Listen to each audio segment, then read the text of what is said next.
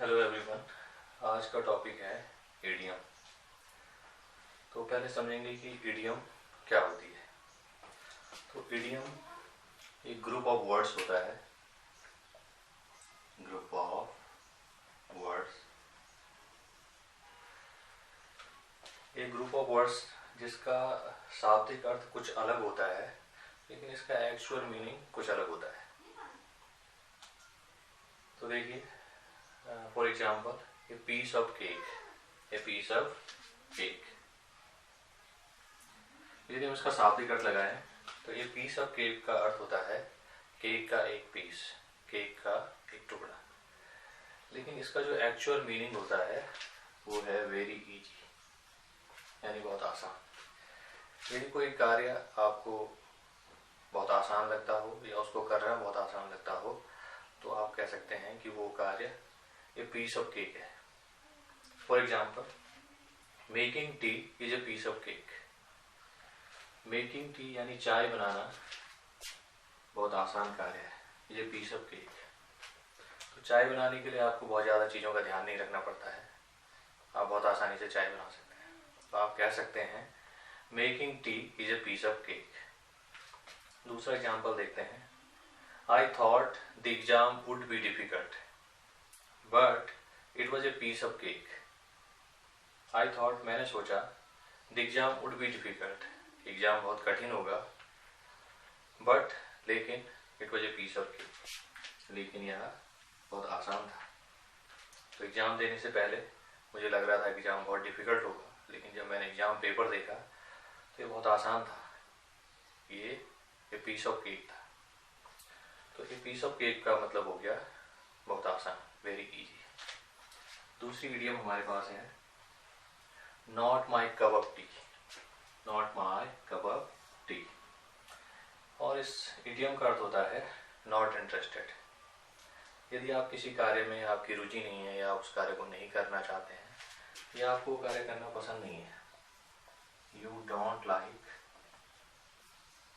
Doing that work, आप उस कार्य को करना पसंद नहीं करते हैं, तो आप कह सकते हैं कि वो कार्य आपका कप ऑफ टी नहीं है। For example, watching horror movies is not my cup of T. Watching horror movies, horror movies को देखना, डरावनी मूवीज को देखना मुझे पसंद नहीं है, it is not my cup of T. तो बहुत सारे लोगों को हॉरर मूवीज देखना पसंद होता है, लेकिन बहुत सारे लोगों को पसंद नहीं होता है। तो जिसको हॉरर मूवीज देखना पसंद नहीं है, they don't like watching horror movies, they can say horror movies, watching horror movies is not my cup of tea. दूसरा example, working with tools is not my cup of tea. Working with tools यानी औजारों के साथ काम करना, is not my cup of tea, ये मेरा cup of T नहीं है, ये मुझे पसंद नहीं है। औजारों के साथ काम करना, जैसे माना आपको घर का कोई फैन ठीक करना है, उसमें आपको टूल्स से काम करना पड़ता है। टेलीविज़न को आपको ठीक करना है, उसको उसमें कोई प्रॉब्लम आ गई है या वायरिंग में कोई प्रॉब्लम आ गई है, तो आपको टूल्स का यूज़ करना पड़ता है, but you don't like using tools. In that condition, in that case, you can say working with tools is not my cup of tea.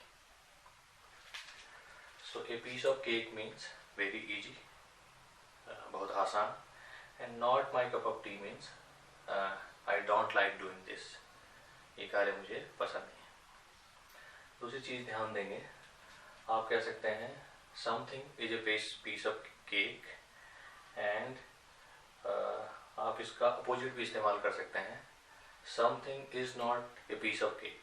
यदि कोई कार्य आपको लगता है कि आसान नहीं, कठिन है, तो आप कह सकते हैं that work is not a piece of cake. इसी तरह से आप इसका भी अपोजिट इस्तेमाल कर सकते हैं और आप कह सकते हैं माई कप ऑफ टी।